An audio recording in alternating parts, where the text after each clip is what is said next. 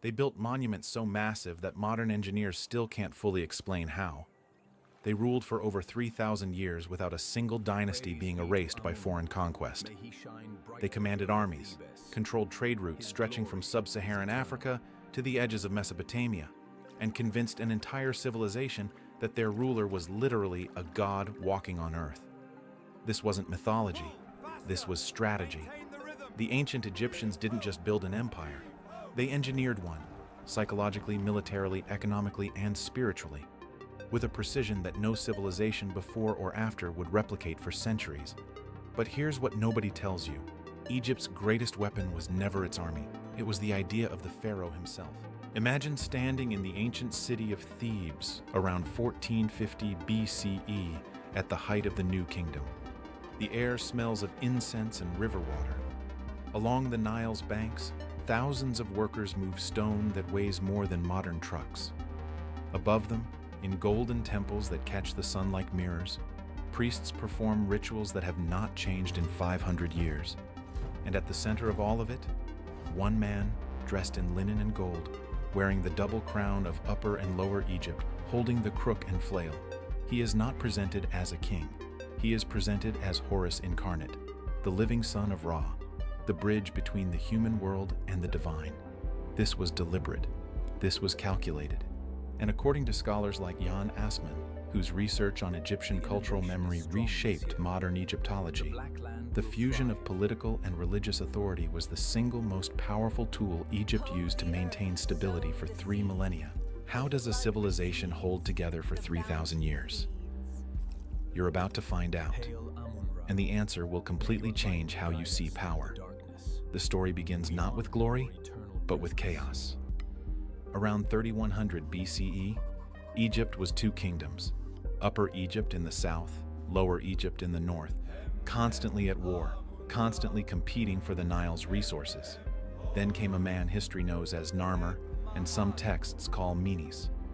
According to the Narmer palette, one of the oldest historical artifacts ever discovered, this ruler unified both kingdoms under a single crown. That act, one man, one crown, one Nile, became the foundation of everything. But unification alone doesn't explain 3,000 years of dominance. What followed was something more sophisticated. The creation of a system so powerful, so deeply embedded in every Egyptian's daily life, that to challenge the pharaoh was not just political rebellion, it was cosmic heresy. The concept was called Ma'at. It meant truth, justice, and cosmic order. And the pharaoh was its earthly guardian. If the pharaoh was strong, the Nile flooded on schedule, crops grew, enemies stayed at the borders. If the pharaoh was weak, famine, war, chaos. This wasn't superstition for ancient Egyptians. This was observable reality, or so the system was designed to make them believe. Stay with us, because what comes next reveals the most brilliant political manipulation in human history. The New Kingdom, stretching roughly from 1550 to 1070 BCE, is when Egypt reached the absolute peak of its imperial power. This is the era of Thutmose III, who launched 17 military campaigns and never lost a single one. This is the era of Ramesses II, who fought the Hittites at Kadesh, the largest chariot battle in ancient history, then turned a military stalemate into a propaganda triumph that lasted centuries. These were not lucky rulers. They were products of a system that trained pharaohs from childhood to be generals, theologians, administrators, and symbols, all at once. According to records preserved in the annals of Thutmose III, inscribed on the walls of the Temple of Karnak, Egypt's campaigns into Canaan and Nubia were not just about conquest. They were about resources: gold from Nubia, cedar from Lebanon, copper from Sinai, exotic animals and ivory from sub-Saharan Africa. Egypt built the ancient world's first resource extraction network, and it did so under the banner of divine mandate. Think about that. An empire justified not by politics, but by God. If this is already changing how you see ancient Egypt, subscribe right now. We go deeper every single week into the civilizations that shape the world you live in today. And comment below, where are you watching from? We want to know how far this history reaches. Blood and gold. The military machine. Nobody talks about here is a fact that almost never appears in school textbooks. For most of its history, Egypt did not have a professional standing army. Let that land for a moment. The civilization that built the pyramids, that conquered Nubia and Canaan, that fought the most powerful armies of the ancient Near East, ran most of its early military history on conscripted farmers, seasonal soldiers, and mercenary forces. So how did it win? The answer reveals something extraordinary about Egyptian strategic thinking, and it starts with a river. The Nile was not just Egypt's food source. It was its logistics highway, its defensive moat, and its economic engine, all in one.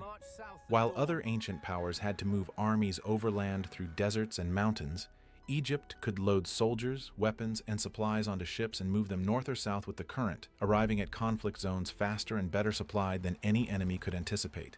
Egyptologist and military historian Anthony Spalinger, in his landmark work, War in Ancient Egypt, argues that Egyptian military success was fundamentally a logistical achievement. The Egyptians didn't just fight better, they supplied better. They arrived with more food, more arrows, more weapons, more fresh troops. In a world where most ancient armies collapsed from hunger and disease before ever reaching the battlefield, Egypt's ability to maintain supply chains was revolutionary. But logistics alone doesn't explain the psychological edge. Enter the chariot. Around 1650 BCE, Egypt suffered one of its most humiliating defeats, the Hyksos invasion. A foreign people from the Levant swept into the Nile Delta and occupied northern Egypt for over a century, establishing their own dynasty. It was the first time Egypt had been ruled by foreigners in its long history. It was a trauma that would shape Egyptian military culture for 1,000 years. But the Egyptians did something remarkable. They didn't just resist the Hyksos, they studied them. They adopted their most powerful technology, the horse-drawn war chariot, and then they perfected it. By the time Ahmose I expelled the Hyksos around 1550 BCE, founding the New Kingdom, Egypt had transformed the chariot from an invasion tool into a precision military weapon.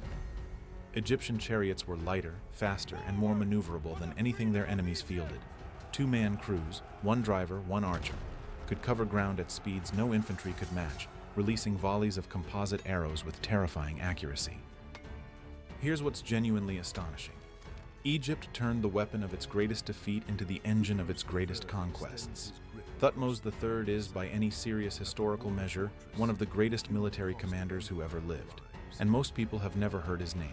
Between 1458 and 1425 BCE, he conducted 17 campaigns into Canaan, Syria, and Nubia.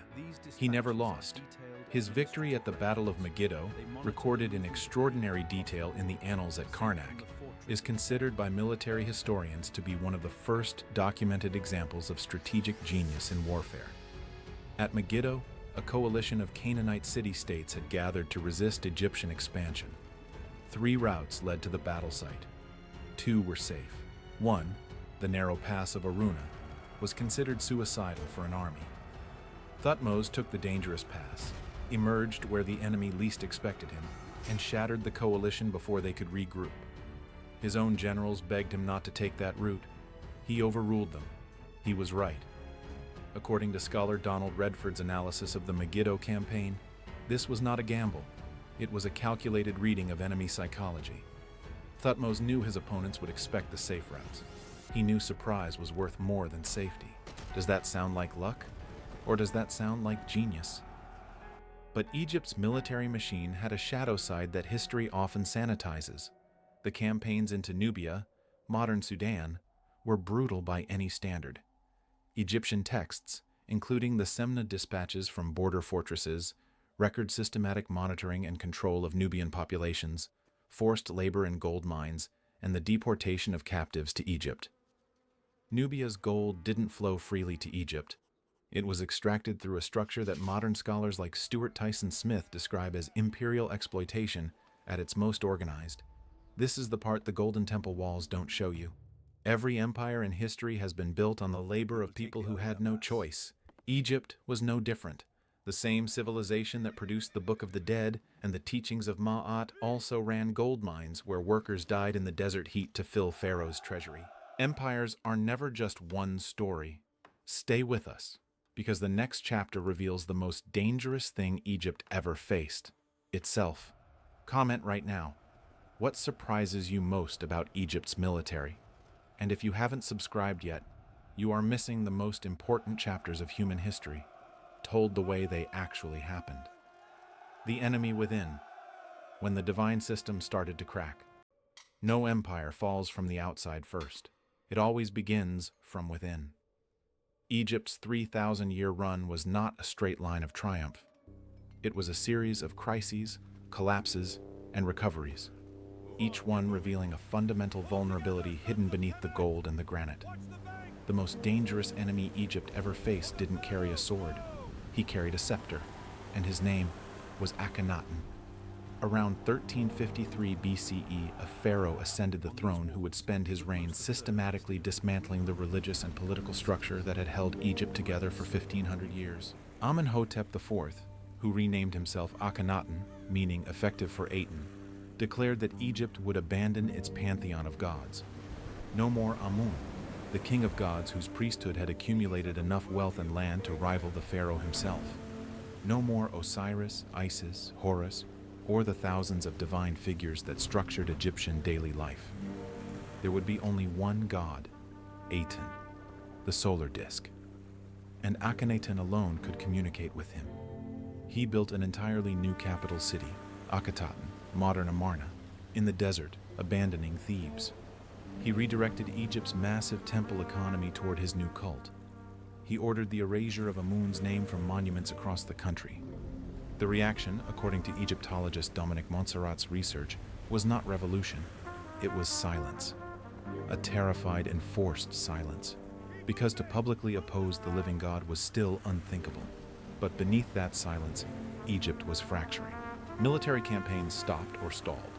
The Amarna Letters, a remarkable archive of diplomatic correspondence discovered in 1887, reveal that during Akhenaten's reign, Egypt's allies in Canaan and Syria were begging for military help against advancing enemies. One letter from the king of Byblos reads, in substance, "Where is Pharaoh? The cities are falling. We are dying. Why does Egypt not send soldiers?" Egypt did not send soldiers. Akhenaten was focused on his religious revolution, and while he recited hymns to the sun disk, the empire's edges were quietly unraveling. This is the part that should stop you cold. The most powerful empire on earth nearly collapsed, not because of foreign invasion, but because one man decided he was the only one who could speak to God. Akhenaten died around 1336 BCE. What followed was one of history's most dramatic political reversals. A young boy, probably around 9 years old, became pharaoh. His name was Tutankhamun. Within a few years, under the influence of powerful advisors, including the general Horemheb and the official Eye, he changed his name to Tutankhamun and reversed everything Akhenaten had done. The temples of Amun were restored. The old gods came back. Akhenaten was abandoned, then demolished, its stones used in other construction projects, its founder's name chiseled from every monument. Akhenaten became the heretic king. For centuries, Egyptians tried to erase him from history entirely. And yet, paradoxically, it is Akhenaten's era that has given us one of the most complete windows into ancient Egyptian life, precisely because Amarna was abandoned and buried, preserving artifacts, letters, and artworks that would otherwise have been destroyed or reused. History's attempts to erase the past often preserve it instead. Tutankhamun died young, probably around 19 years old, and was buried in a modest tomb in the Valley of the Kings. When Howard Carter opened that tomb in 1922, he found it virtually intact. Over 5,000 objects, golden artifacts, chariots, weapons, jewelry, and the famous golden death mask. But here's what the mask doesn't tell you. Tutankhamun's body shows evidence of multiple serious medical conditions, including bone disease, malaria, and possible inbreeding, a consequence of the royal family's practice of brother-sister marriages to keep the bloodline divine. The system designed to produce gods was, biologically, producing fragility. According to forensic studies published in the Journal of the American Medical Association in 2010, Tutankhamun likely suffered from several overlapping genetic conditions. The Golden Boy was, in physical reality, a sick young man who never had the chance to become the ruler his advisors needed him to be. Power and vulnerability, wrapped in the same golden mask. Is there any image more human than that? The cracks that Akhenaten opened never fully closed. The New Kingdom continued for another 2 centuries after Tutankhamun, producing great rulers like Ramesses II and Ramesses III. But the relationship between the pharaoh and the priesthood of Amun never fully stabilized. By the end of the New Kingdom, around 1070 BCE, Egypt had effectively split in two, with the high priests of Amun controlling Upper Egypt, while pharaohs ruled the north in name only. 3,000 years of divine monarchy brought low not by foreign conquerors, but by the internal logic of a system that had made one man too powerful and one priesthood too rich. Stay with us, because the final chapter answers the question nobody asks. If Egypt was never truly conquered, why did it end? Where are you watching from right now? Drop it in the comments. We read every single one. And if this documentary is giving you something the classroom never did, subscribe and share it. In 1080 BC, History this real Egypt deserves to be split. heard. Pharaoh The ruled last north, pharaoh. the high The priest end reigned of an south. empire that refused to die. Egypt was never conquered in the way we imagine conquests. No single battle decided its fate. No foreign army burned Thebes to the ground and declared Egypt dead. The end of ancient Egypt was slower, stranger, and far more fascinating than any military defeat. And understanding it reveals something profound about how civilizations actually die. It begins with a question historians rarely ask. What happens when a civilization is so successful at absorbing its conquerors that it can no longer tell the difference between ruling and being ruled? By 945 BCE, something remarkable had already happened. Egypt was being ruled by a dynasty of Libyan origin, the Bubastite dynasty, founded by Shoshenq I. These were not invaders in any conventional sense. They were Libyan military leaders who had served in the Egyptian army for generations, who spoke Egyptian, worshipped Egyptian gods, and dressed as pharaohs. Egypt had absorbed them, or had they absorbed Egypt? This ambiguity is central to understanding the civilization's final centuries. Egypt had an extraordinary capacity, documented by scholars like John Taylor in Egypt and Nubia, to Egyptianize foreign rulers. Kushite kings from Nubia ruled Egypt as the 25th dynasty and built more pyramids than any native Egyptian dynasty. Persian emperors like Cambyses II and Darius I presented themselves in temples as traditional pharaohs, making offerings to Egyptian gods. The idea of Egypt was so powerful that even those who occupied it felt compelled to become Egyptian. Think about what that means. Egypt turned conquest into cultural absorption. Every invader became a pharaoh. Every foreign ruler became Egyptian. But there is a point where adaptation becomes dissolution. Alexander the Great entered Egypt in 332 BCE. He was welcomed, not resisted, because he came as a liberator from Persian rule. He traveled to the oracle of Amun at Siwa, deep in the western desert, and was declared the son of Amun. He became, officially, Pharaoh of Egypt. Then he left Egypt to his general Ptolemy. The Ptolemaic dynasty that followed ruled Egypt for nearly 3 centuries, and they committed fully to the Egyptian identity. Ptolemaic rulers built temples in traditional Egyptian style. They presented themselves in hieroglyphics as pharaohs performing ancient rituals. They learned the Egyptian language. The famous Rosetta Stone, which allowed modern scholars to decode hieroglyphics, was produced during this period, a priestly decree written in 3 scripts to reach every corner of Egyptian society. According to classical historian Naphtali Lewis, the Ptolemies were among history's most effective practitioners of cultural legitimacy. They understood that Egypt didn't need to be ruled by force, it needed to be ruled as Egypt. And then came Cleopatra VII. History has reduced her to a romantic figure, the queen who loved Caesar and Antony. The reality documented in ancient sources, including Plutarch and Dio Cassius, is far more extraordinary. Cleopatra was the first Ptolemaic ruler in nearly 300 years to learn the Egyptian language. She reportedly spoke 9 languages total. She presented herself to Egyptian priests as the goddess Isis incarnate. She understood with absolute clarity that the only way to hold Egypt together against the rising power of Rome was to be more Egyptian than her ancestors had ever been. She was also a political strategist of the highest order. Her alliances with Julius Caesar and then Mark Antony were not romantic impulses. They were calculated attempts to use Roman military power to maintain Egyptian independence. She came closer to succeeding than history typically acknowledges. She was fighting for the survival of a civilization, with the only weapons available to her: intelligence, identity, and alliance. In 31 BCE, at the naval battle of Actium, Octavian, the future Emperor Augustus, defeated the combined forces of Antony and Cleopatra. The following year, both committed suicide as Roman troops entered Alexandria. Egypt became a Roman province. But even then, even in defeat, Egypt refused to simply disappear. Rome treated Egypt differently from every other province. Augustus himself traveled to Alexandria and paid his respects at Alexander's tomb. Roman emperors appeared on Egyptian temple walls as pharaohs, making offerings to Isis and Horus. The cults of Isis and Serapis spread across the Roman Empire, from Britain to Syria. Egypt conquered Rome culturally, even as Rome conquered Egypt militarily. According to historian Joanne Fletcher, whose work on Egyptian identity spans decades of fieldwork and scholarship, the persistence of Egyptian religious and cultural forms into the Roman period, and beyond, into early Christianity, where the figure of Isis nursing Horus arguably influenced artistic depictions of Mary and the infant Jesus, represents one of history's most extraordinary acts of cultural survival. The last hieroglyphic inscription was carved in 394 CE on the walls of the Temple of Philae. The last demotic inscription, the cursive script of everyday Egyptian life, dates to 452 CE. After that, the language that had been spoken and written for over 3,000 years fell silent.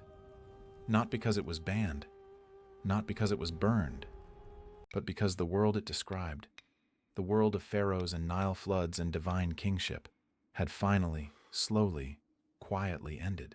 The last Egyptians who could read the old scripts died, and with them, the living memory of the civilization closed. It would take a French soldier finding a carved stone near the Nile in 1799, and a brilliant linguist named Jean-François Champollion spending 20 years of his life cracking the code of the Rosetta Stone for the world to hear Egypt's voice again. 3,000 years, more than 60 dynasties, pyramids that still stand, a language decoded 2,000 years after its speakers were gone, a religious and cultural identity so powerful that every empire that ever tried to erase it ended up worshiping it instead. Egypt was never truly conquered. It was transformed.